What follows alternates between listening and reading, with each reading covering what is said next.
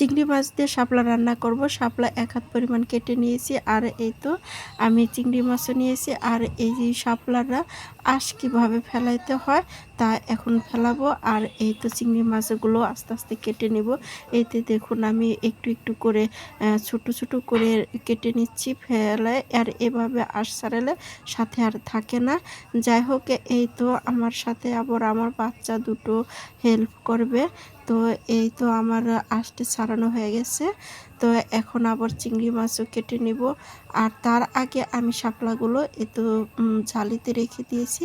আর এখন চিংড়ি মাছগুলো কাটতেছি। আর এই কাটা হয়ে গেলে এই শাপলাগুলো ধুয়েও নেব। তো ধোয়ার পরে একটু সিদ্ধ করেও নেব। হালকা পরিমাণে সিদ্ধ করতে হবে, তা না হলে ওই কালো কালো পানিটা থেকে যাবে। আর ওই পানিটা থাকলে কালারটা সুন্দর আসবে না। যাই হোক, এদিকে বাচ্চা দুজনই বিরক্ত করতেছে। আর এই তো দেখুন শাপলাটা আমি ধুয়ে নিয়েছি জালিতে করে। এখন সিদ্ধ করার জন্য কড়াইতে দিয়ে দিয়েছি। তো 5 মিনিটের মতো সিদ্ধ করব। তারপর আবার ঝালিতে ছেঁকা দিয়ে রাখবো। আর এভাবে রান্না করে বেশিরভাগই করে থাকি আমি। আর বিশেষ করে ইলিশ মাছ দিয়ে এই শাপলাটা রান্না করলে অনেক অনেক মজা লাগে। যাই হোক, চিংড়ি মাছ দিয়েও রান্না করলে মজা লাগে। এই তো আমার শাপলা সিদ্ধ হয়ে গেছে। এখন আমি আবার কড়াইতে পেঁয়াজ মরিচা তেলের উপর দিয়ে ভাজা ভাজা করে চিংড়ি মাছটা কেটে রেখেছিলাম সেটা দিয়ে ভালো করে ভাজা ভাজা করে পরিমাণ মতো হলুদের গুঁড়ি, মরিচের গুঁড়ি আর স্বাদ মতো লবণ দিয়ে একটু পানি দিয়ে ভালো করে কষিয়ে তার মধ্যে এই সিদ্ধ করা শাপলাটা দিয়ে দিব। এখন আমি এই শাপলাটা ভালো করে কষিয়ে নেব।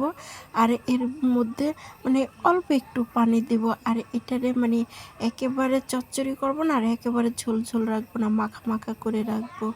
আর এই খাবারটা কি যে অসাধারণ বলে বোঝাতে পারবো না।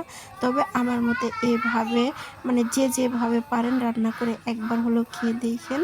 শাপলা দিয়ে চিংড়ি মাছ আর ইলিশ দিয়ে শাপলা রান্না খুবই মজাদার। এই তো যাই হোক, কষানো হয়ে গেছে। করে এভাবে 10 থেকে 15 মিনিট জাল দিয়ে নিব।